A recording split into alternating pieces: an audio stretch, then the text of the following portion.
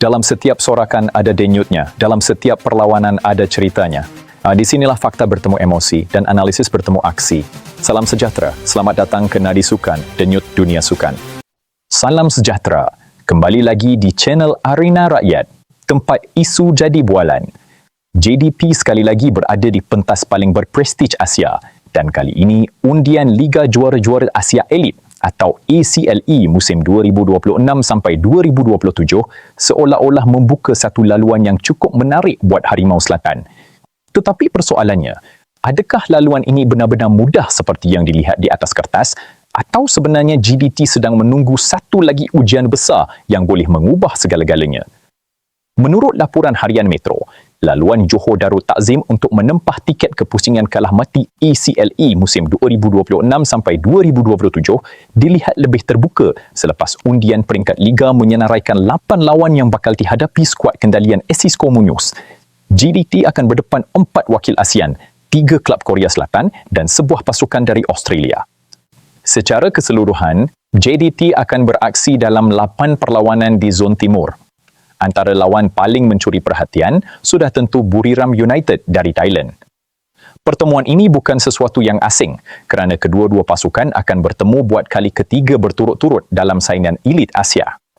Menariknya, kali ini JDT dijadual menerima kunjungan Buriram United di Stadium Sultan Ibrahim. Faktor bermain di laman sendiri boleh menjadi kelebihan besar kepada Harimau Selatan, terutama apabila JDT sudah mempunyai pengalaman luas menghadapi pasukan Thailand itu dalam perlawanan berintensiti tinggi. JDT turut dijadual menentang Port FC di laman sendiri dan Ratchaburi FC di tempat lawan. Ini bermakna 3 wakil Thailand menjadi sebahagian daripada cabaran JDT dalam 8 aksi peringkat Liga. Selain itu, wakil Vietnam Chong An Hanoi FC atau CAHN FC juga bakal berkunjung ke Stadium Sultan Ibrahim. Dari satu sudut, undian ini memberikan JDT peluang untuk mengumpul mata penting menentang pasukan ASEAN yang mungkin lebih biasa dengan corak permainan serantau. Namun, jangan terlalu cepat menganggap JDT sudah diberikan laluan mudah. Cabaran sebenar mungkin datang daripada Korea Selatan. JDT akan bertandang ke gelanggang Jeonbuk Hyundai Motors, sebuah kelab yang mempunyai sejarah dan reputasi besar di pentas Asia. Harimau Selatan juga akan menerima kunjungan Daejeon Hana Citizen sebelum bertandang ke gelanggang Pohang Steelers. 3 lawan Korea Selatan ini sahaja sudah cukup untuk menguji tahap sebenar JDT. Jika JDT mahu mengulangi kejayaan musim lalu, mereka bukan sekadar perlu menang dalam perlawanan yang dianggap lebih mudah, tetapi perlu menunjukkan kemampuan mendapatkan mata dalam perlawanan yang lebih sukar. Lawan terakhir JDT ialah Newcastle Jets dari Australia di tempat lawan. Perlawanan tersebut juga tidak boleh dianggap sebagai perjalanan biasa kerana aksi di Australia mempunyai cabaran tersendiri dari segi perjalanan, suasana stadium, tempo permainan dan kekuatan fizikal lawan. Di sinilah menariknya undian JDT musim ini. Pada satu sisi, terdapat beberapa lawan yang kelihatan mampu memberikan peluang kepada JDT untuk mengumpul mata. Pada sisi lain, terdapat 3 wakil Korea Selatan dan Newcastle Jets yang boleh menjadi ujian besar. JDT bagaimanapun bukan lagi pasukan Malaysia yang hanya datang ke ACLE untuk mencari pengalaman.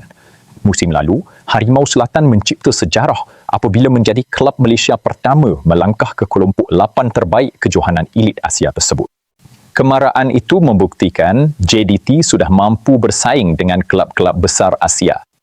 Perjalanan mereka pada musim 2025 sampai 2026 hanya terhenti di suku akhir selepas tewas 1-2 kepada juara bertahan Al-Ahli dari Arab Saudi pada April lalu. Kekalahan tersebut sebenarnya boleh menjadi bahan bakar tambahan. JDT kini sudah tahu bagaimana rasanya bermain di peringkat tertinggi, berdepan lawan yang mempunyai pengalaman antarabangsa serta tekanan besar dalam perlawanan kalah mati. Persoalan yang lebih besar musim ini ialah sama ada pengalaman tersebut mampu diterjemahkan kepada keputusan yang lebih baik. Pada pandangan Arena Rakyat, undian kali ini memang memberikan JDT ruang yang lebih besar untuk memburu kelompok 8 terbaik Zon Timur. Tetapi ruang tidak sama dengan jaminan. JDT perlu mengambil kesempatan maksimum ketika bermain di Stadium Sultan Ibrahim. Perlawanan menentang Buriram United, Port FC dan CAHN FC di laman sendiri boleh menjadi antara perlawanan yang menentukan kedudukan akhir mereka. Jika JDT gagal mengutip mata maksimum dalam perlawanan yang sepatutnya boleh dimanfaatkan, mereka mungkin terpaksa memburu mata di gelanggang lawan yang jauh lebih sukar. Dalam format liga seperti ini, setiap mata sangat bernilai.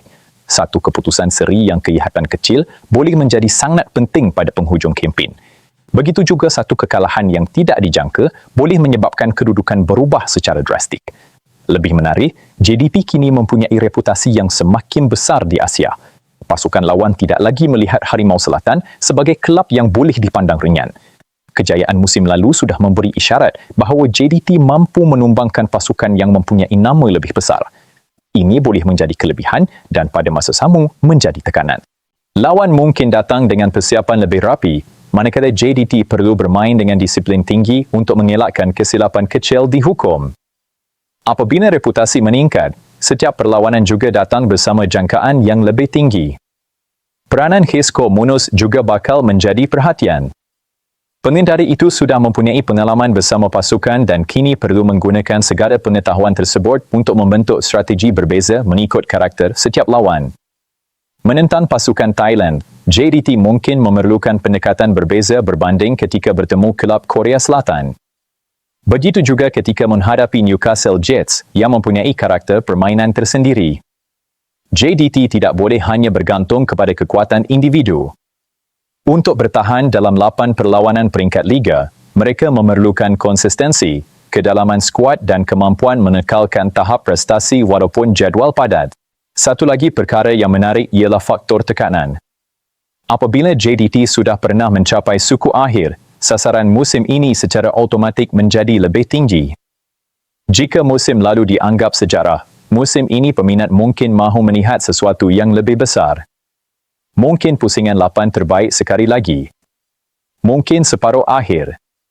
Atau mungkin JDT mahu mencipta sejarah baharu dengan melangkah lebih jauh daripada apa yang pernah dicapai kelab Malaysia sebelum ini. Namun, semua itu bermula dengan 8 perlawanan peringkat liga.